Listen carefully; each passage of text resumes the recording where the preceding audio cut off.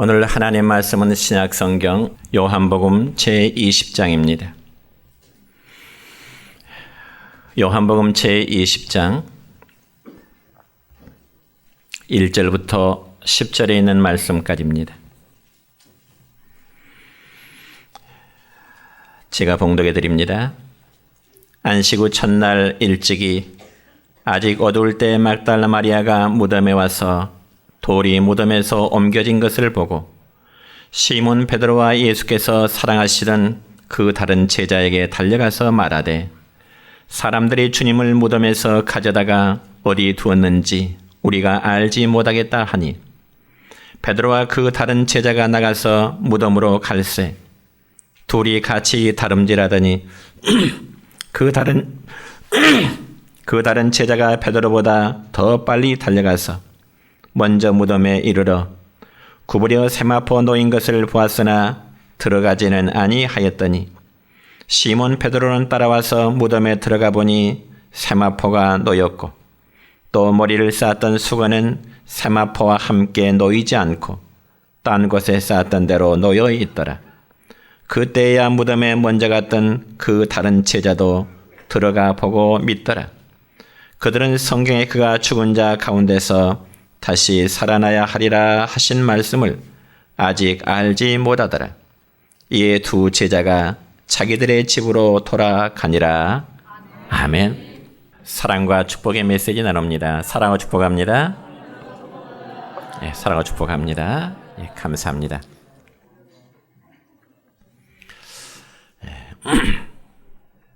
오늘은 신약성경 요한복음 20장 1절로 10절에 있는 말씀을 중심해서 무덤과 부활과 빈 무덤이라는 제목으로 말씀을 선포하고자 합니다. 여러분, 우리는 지난 한 주간 동안을 고난주간으로 보냈습니다. 그래서 우리 주님도 예루살렘 성에 입성하신 후에 당시의 종교 지도자들로 하여금 고난을 받으시고 그리고 십자가에 못 박히시고 그리고 무덤에 묻히신 바 되었습니다. 그렇지만 하나님의 본체이신 예수님은 낮아지심의 절정인 무덤에 묻히시게 되었고요. 그렇지만 우리 주님은 무덤의 권세 아래 계속 머물러 계심이 아니고 죽은 자 가운데 다시금 3일 만에 부활을 하시게 되었습니다. 그렇지만 그런 일은 유대 종교자들의 모함 속에 이루어진 일만큼은 아니고 철저히 하나님의 구원 섬쾌 아래 이루어졌던 것입니다. 그러니까 예수님의 탄생과 예수님의 고난과 그리고 예수님의 죽음과 부활은 철저히 애언의 성취로 이루어졌다는 것입니다. 그렇다면 우리는 여기서 예수님이 십자가에 죽으신 이후에 3일 만에 다시금 살아났다고 하는 이 부활의 사건이 과연 쉽게 믿어지신가요? 아마 결코 쉽지 않을 것입니다. 왜냐하면 사람이 죽었다가 다시금 살아났다는 사건은 의학적으로나 그리고 과학적으로 설명할 수 없는 너무나 신비스러운 일이 되기 때문에 그렇습니다. 그럼에도 우리는 예수님이 역사 속에서 죽으셨고 또 다시금 살아나셨다는 그 사실을 우리는 믿음으로 고백을 하고 있습니다. 그러므로 주님의 무덤은 바로 빈 무덤일 뿐입니다. 그리고 빈 무덤은 바로 십자가와 함께 우리 기독교의 상징이 되기도 하는 것이지요. 그러면 과연 빈 무덤은 예수님의 부활과 함께 우리에게는 과연 어떤 의미가 있을까요? 첫째로 빈 무덤은 새롭게 변화시키는 신비한 힘이 있는 것입니다. 여러분, 기독교의 신앙은 바로 빈 무덤에서부터 시작이 되어지는 것입니다.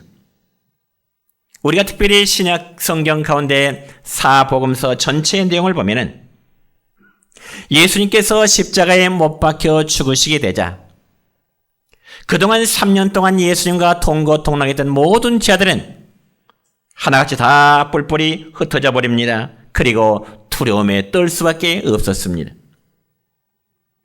그렇지만 예수님께서는 부활하신 이후에 사랑하는 제자들을 주님이 친히 찾아가십니다.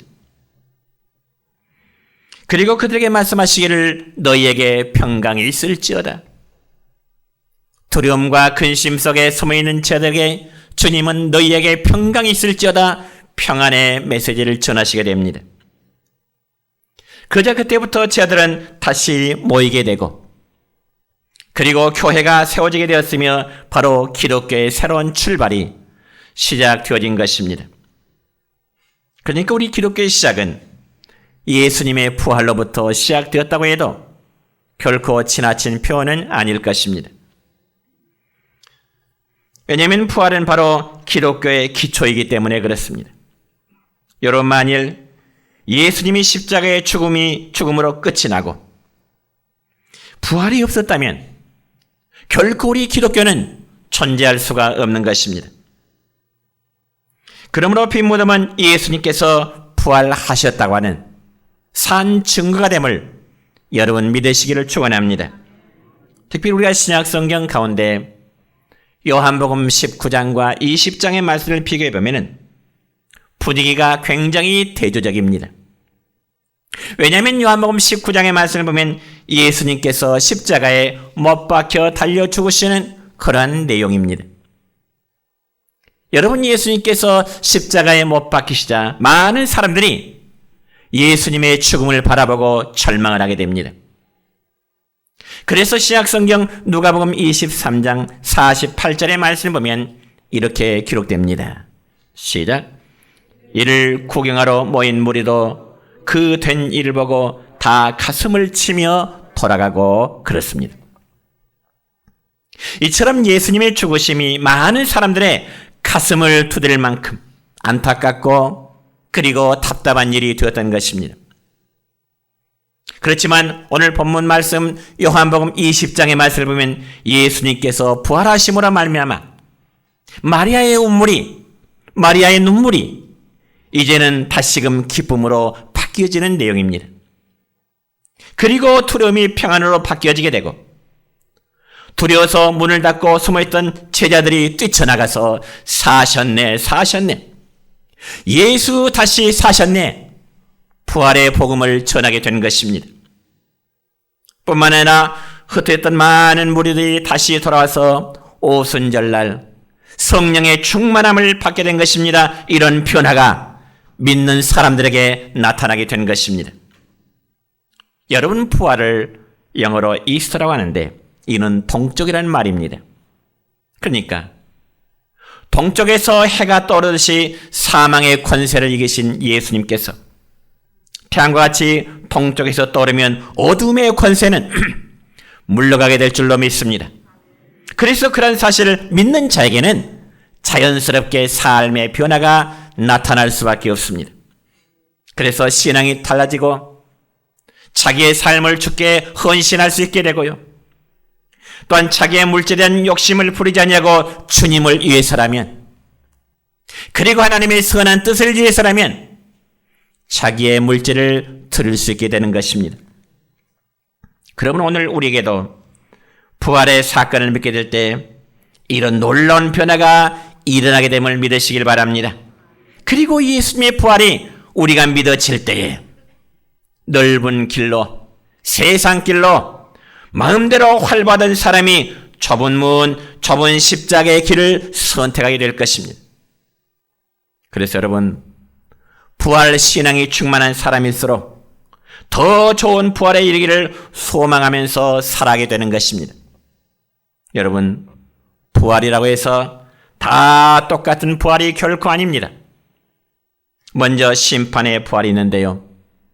이 심판의 부활은 주님을 믿지 않냐고 하나님의 사랑을 거부하는 자들을 부활을 말하게 되는 것이죠. 그래서 이 부활은 심판 밖에서 다시금 살아나는 부활을 가리키는 것입니다. 그리고 심판을 받고 둘째 사망에 던져지고 영원한 형벌을 받기 위한 부활이 바로 심판의 부활인 것입니다. 그런 반면 여러분, 믿는 성도들의 생명의 부활이 있습니다. 즉 성도들의 부활로 주님과 함께 영생에 참여하는 부활을 말하는 것입니다. 그런데 여러분, 생명의 부활에도 급이 있습니다. 급이 있습니다. 무슨 말일까요? 이 점에서 신약성경 히브리서 11장 35절의 말씀 보면 이런 말씀이 있네요. 시작. 어떤 이들은 더 좋은 부활을 얻고자 하여 심한 고문을 받되 구차히 풀려나기를 원하지 아니하였으며. 아멘.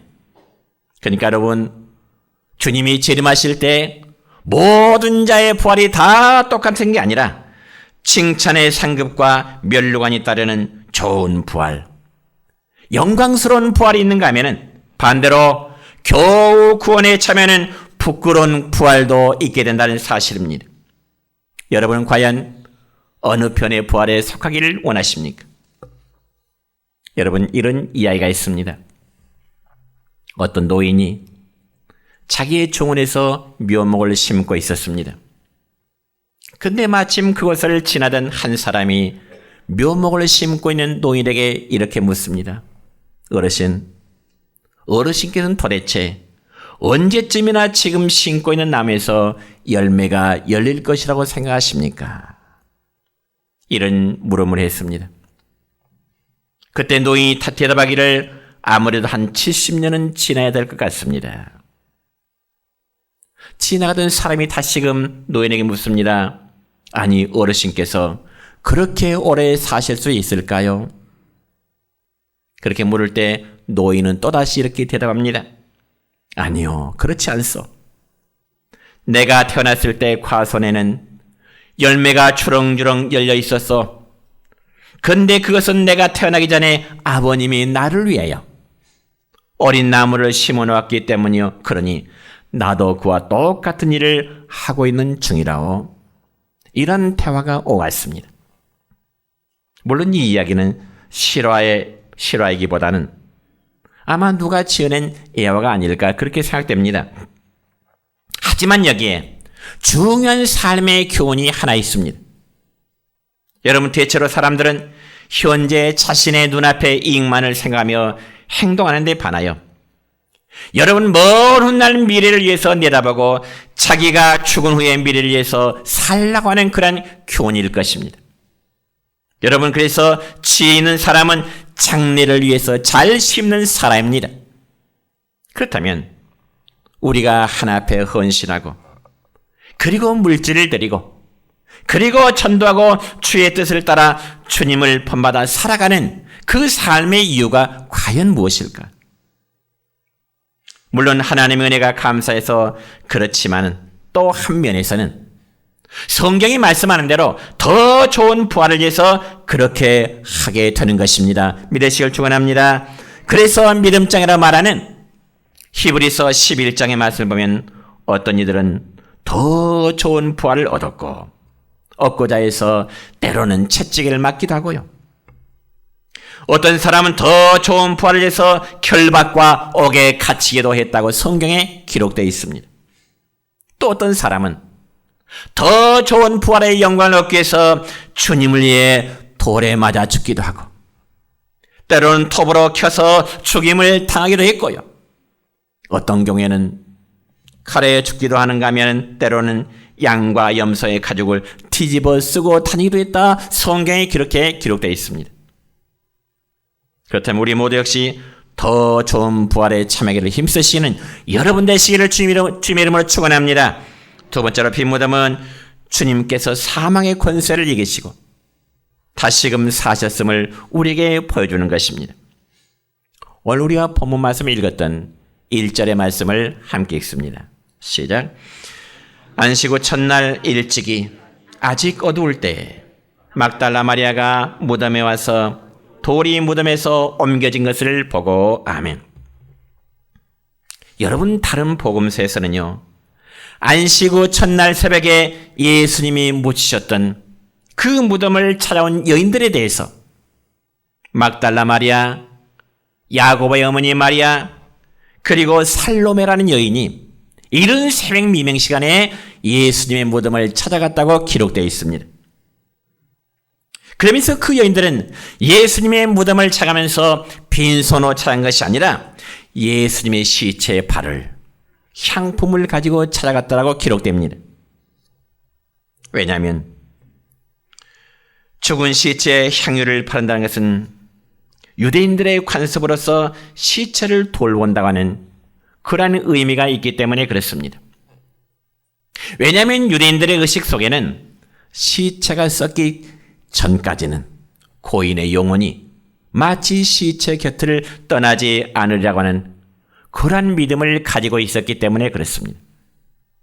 그렇기 때문에 유대인들은 장사 지낸 후에 3일 동안은 시체 향유를 계속 바르게 되었다는 거죠. 뿐만 아니라 유대인들의 무덤은 바위를 뚫어서 굴과 같이 만든 공간에 시체를 눕히고요, 커다란 돌로 무덤 입구를 가로막는 것입니다. 그게 바로 유대인들의 장례 절차입니다. 그래서 요한복음 11장 38절의 말씀 보면은 또 이런 말씀이 기록됩니다. 시작. 예수께서 다시 속으로 비통히 여기시며 무덤에 가시니 무덤이 굴이라 돌로 막았거늘. 아멘. 그렇습니다. 그러니까 예수님이 묻히셨던 무덤도 역시 바위를 뚫어서 굴로 만들어진 무덤이었다 그 말이죠. 그러면 과연 그 무덤은 미리 예수님의 죽음을 위해서 준비해 놓았을까요? 아니요. 신약성경 마태복음 28장의 말씀 보면 아리마대라는 동네에 부자 요셉이라는 사람이 있었습니다.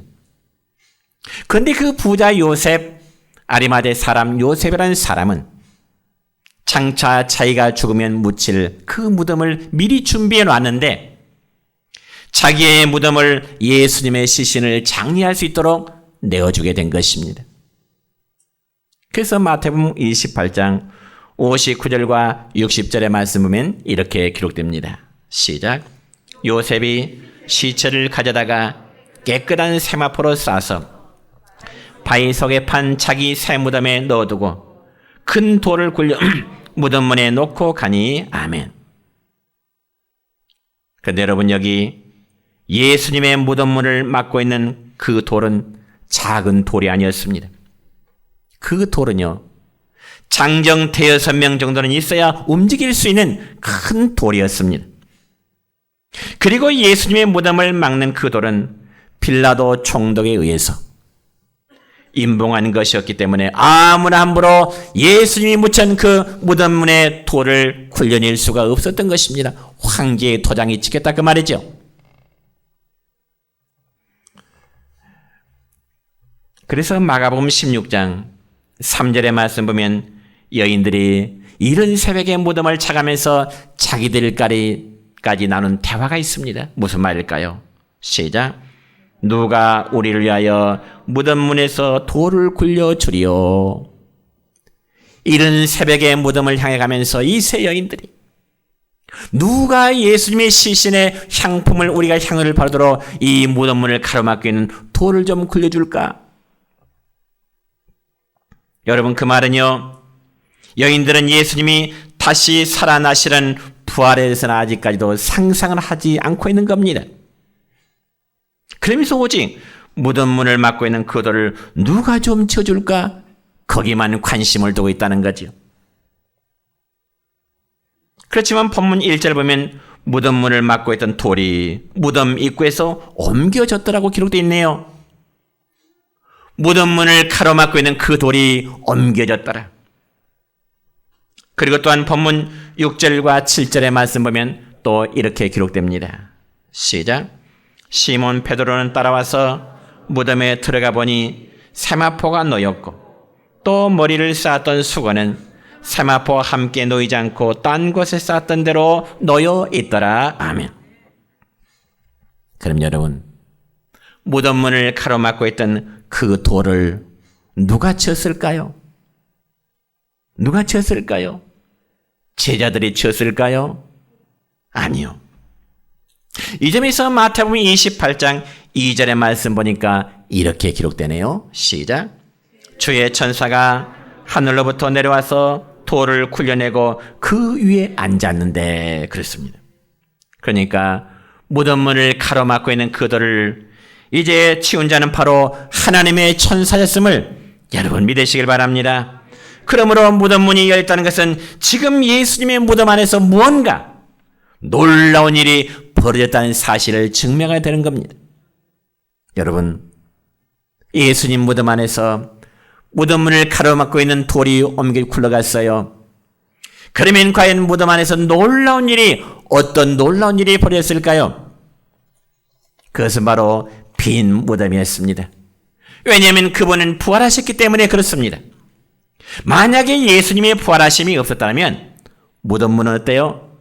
그대로 가로막혀 있을 것이고, 예수님의 부활이 없었다면 예수님의 시체는 무덤에 그대로 남아있어야만 했을 것입니다. 그렇지만 예수님은 죽은 자 가운데 사흘 만에 다시금 살아하심으로 예수님의 무덤은 빈 무덤일 뿐인 것입니다. 물론 이러한 부활에 대해서 예수님은 십자가에 달리시기 전 여러 차례 제자들에게 자신의 죽음과 부활에 대해서 말씀하십니다. 심지어 마태복음에 보면은 예수님은 살아난 제자들에게 자신의 고난과 죽음과 부활에 대해서 4차례 말씀하시고요. 또한 십자가를 지시기 전에 열흘 전에 한번 말씀하시고, 또 십자가를 지시기 3일 전에도 예수님은 제자들에게 여러 차례 말씀하십니다. 그렇다면 제자들이 예수님의 말씀을 정말 마음에 새기고 믿어야 될 거 아니겠습니까? 그리고 그들이 주님의 말씀을 마음에 정말 간직하고 있었더라면 아마 예수님의 죽음 다음에 예수님의 부활을 가장 먼저 기대하고 그리고 생각했을 것입니다. 그럼에도 제자들은 전혀 예수님의 부활을 생각하지도 또 믿지 않고 있었다는 사실입니다. 그럼에도 참 아이러니한 것은요, 예수님의 부활 사건에서 함께 있었던 제자들은 예수님의 부활을 안 믿었어요. 그렇지만 당시에 유대 종교 지도자들이었던 제사장들과 바리새인들은 예수님이 부활하리라는 그 말을 기억하고 있었다는 사실입니다. 다시 반복합니다. 예수님의 제자들은 예수님이 하셨던 그 말씀을 기억하지 않고 믿지 않았지만은 오히려 당시의 종교 지도자들은 예수님이 하셨던 그 말씀을 기억하고 있었다는 거예요. 그래서 그들이 빌라도 총독을 찾아가서 하는 말은 총독하여 예수라는 사람이 살아있을 때 자기가 죽음 후에 사흘 만에 다시금 살아날 것이라는 말을 우리가 기억하는데, 총독하여 군인들을 세워서 무덤을 한 3일 동안만 좀 지켜주세요. 혹시라도 모르니까 군인들을 시켜서 무덤을 사흘 동안 좀 지켜주세요. 그리고 그들은 빌라도 총독의 허락을 받고서 큰 돌로 무덤 문을 막고요, 감히 누구도 접근하지 못하도록 가이사 황제의 토장을 찍어서 임봉을 하게 된 것입니다. 그래도 그것도 믿지 못해서 마음이 놓지 않아서 이제 파수꾼을 세워서 무덤을 굳게 지키게 하는 것이죠. 혹시라도 예수라는 사람이 살아있을 때 자기가 죽은 자 가운데 다시금 3일 만에 부활한다는 그 사실이 실제로 일어나지 않을까 하는 마음 때문에 군인들을 보초 세워서 파수꾼을 세워서 무덤문을 지키도록 요구하게 된 것입니다. 그럼에도 여러분, 사복음서의 말씀을 종합해 보면은 여인들이 주님의 무덤에 와보니 이른 새벽에 저 돌문은 이제 저만치 굴러가 버렸고 무덤문이 활짝 열려진 상태입니다. 그리고 무덤을 지키는 그 파수병들은 놀라서 지금 초죽음 상태에 이르게 된 거죠. 그런데 두 천사가 나타나서 이야기합니다. 너희가 왜 산 자를 죽은 자 가운데 찾느냐? 그러면서 그분은 여기 계시지 않냐고 너희들보다 저 갈릴리로 먼저 올라갔노라. 천사가 이른 새벽 무덤을 찾는 여인들에게 그렇게 알려주게 되는 것입니다. 여러분, 빈무덤은 우리 주님이 죽음의 권세를 이기시고 다시 사셨다고 하는 유일한 증거가 되는 것입니다. 여러분, 미국 사람들의 의식은요, 나 살고 너 죽자는 의식입니다. 그런 반면에 유태인들은요, 나도 살고 너도 살자는 의식입니다. 그렇다면 우리나라 사람들의 의식은 어떨까요? 다시 한번요. 미국 사람은 나 살고 너 죽자예요. 유태인들은요. 나도 살고 너도 살자예요. 그러면 과연 우리 한국 사람의 의식은 뭘까요? 너 죽고 나 죽자예요. 너 죽고 나 죽자예요. 그래서 한국 사람은 굉장히 무서운 민족이라 그렇게 말한대요. 목숨 내걸고 달려드는데 두려울 게 뭐 있겠어요? 너 죽고 나 죽자는데. 그렇다면 여러분, 우리 예수님은 어떠실까요? 우리를 사랑하신 예수님은 어때요? 나 죽고 너 살자. 나 죽고 너희 살아라. 그게 아니겠습니까? 여러분, 예수님이 십자가에서 자신의 생명을 주신 것은 그분 안에서 모든 사람이 살리도록 하는 것입니다. 그래서 나를 살리게 죽으신 그 사랑을 받지 않는다면 그는 하나님의 사랑을 이제 거절한 자요, 그에게는 소망이 없는 자입니다. 우리 모두 부활의 주님을 믿음으로 하늘나라의 소망을 사시기를 축원합니다. 세 번째로 빈 무덤은 하나님의 오묘하신 섭리를 우리에게 보여준 사건입니다. 여러분, 구약성경 이사야서 53장의 말씀을 보면 이사야 선지자는 예수님께서 고난 받으실 것과 십자가에서 돌아가신 이후에 무덤에 묻히기까지의 과정을 세세하게 예언했습니다. 이는 바로 인류의 구원을 위한 하나님의 오묘하신 섭리를 보여주는 말씀인데, 우리가 지난주에도 말씀을 들었지만 이사야 53장 6절의 말씀을 함께 읽습니다. 시작. 우리는 다 양 같아서 그릇 행하여 각기 제 길로 갔거늘 여호와께서는 우리 모두의 죄악을 그에게 담당시키셨도다. 아멘. 그렇습니다. 우리 각자는 다 양 같아서 주님이 원하시고 기뻐하시며 마땅히 우리가 해야 될 일을 버리고 그릇 행하여 각기 죄악의 길로 나갔다. 그렇기 때문에 주님은 우리의 죄악을 다 주님이 담당하셨습니다. 그래서 우리는 예수님의 십자가의 사건을 통해 볼 때 첫째로 당시 종교 지도자들은 예수님을 시기하여 죽이는 일에 앞장섰던 사람입니다.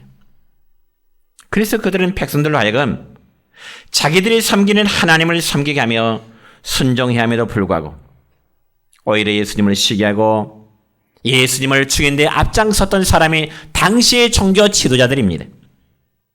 그러면서 백성들을 충동질하며 주님의 길이 아닌, 하나님이 원하시는 길이 아닌 죽음의 길로, 멸망의 길로, 제 길로 가게 되는 것입니다.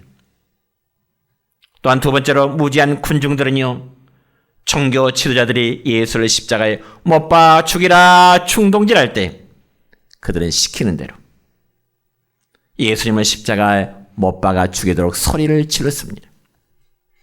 그래서 무지한 군중들 역시 자기들의 죄가 무엇인지도 모른 채 그릇 행하여 각기 제 길로 가게 된 것입니다. 또한 세 번째로 정치 지도자인 빌라도는요, 무리들에게 만족을 주고자 해서 예수님께는 아무런 죄가 없음을 알면서도 무지한 백성들의 요구에 그대로 들어주면서 너희의 요구대로 저 예수를 십자가에 못 박아 죽이라 허용하게 된 것입니다. 그러면서 대신 살인자 바라바를 살려줌으로 정치가들 역시 각각 제 길로 가게 된 것입니다. 또한 네 번째로 로마의 평정들은 죄 없으신 예수님을 너무 악하게 대하게 된 것입니다. 여러분, 그들은 예수님에게 자색옷을 입히고요, 그리고 가시멸 용안을 써서 예수님의 머리에 씌우면서 유대인의 왕이여, 유대인의 왕이여, 평안할지어다. 여러분 상상해 보세요. 예수의 머리에 가시관이 있었어요. 지금 채찍에 맞아서 피 흘러요.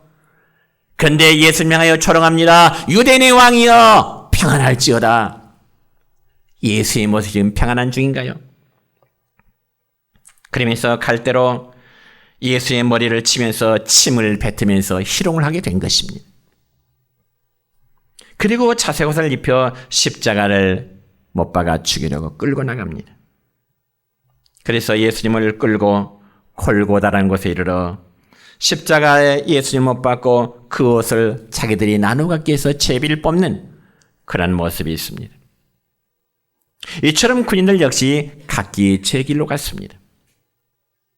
마지막으로 지나가는 행인들은 어떠했을까요? 그들 역시 예수님을 모욕했습니다. 십자가 밑을 지나던 행인들이 그들 역시 예수님을 모욕합니다. 어떻게 해요? 마태복음 27장 40절의 말씀 보니까 이렇게 기록됩니다. 시작. 성전을 헐고 사흘에 지는 자여 네가 만일 하나님의 아들이거든 자기를 구원하고 십자가에서 내려오라. 그러니까 행인들 역시 예수님이 달리신 십자가를 바라면서 예수님을 모욕하며 각기 제 길로 가게 된 것입니다. 그러나 여호와께서는 각기 제 길로 간 우리 무리의 죄악을 아들이신 예수님에게 담당시켜서 인류의 모든 죄를 십자가의 죽음을 통해서 하나님은 율법의 요구를 받으시게 된 것입니다. 아들이신 예수님은 하나님의 율법의 요구를 충족시켜 드리게 된 것입니다. 그러나 십자가에 죽으신 주님은 죽음으로 모든 것이 끝남이 아니고 다시금 살아나셨습니다. 그리고 부활을 통하여 우리의 구원을 완성하셨음을 믿으시기를 축원합니다.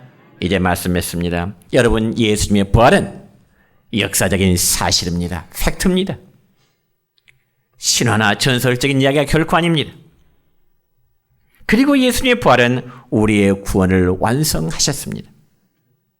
그럼에도 예수님의 부활을 믿지 못한다면 고린도전서 15장에서 너희의 믿음이 헛것이 된다 말씀하십니다. 바라기는 우리 성도들의 믿음이 예수님의 부활과 함께 다시금 생명력 있는 믿음으로 세워지기를 주님의 이름으로 축원합니다.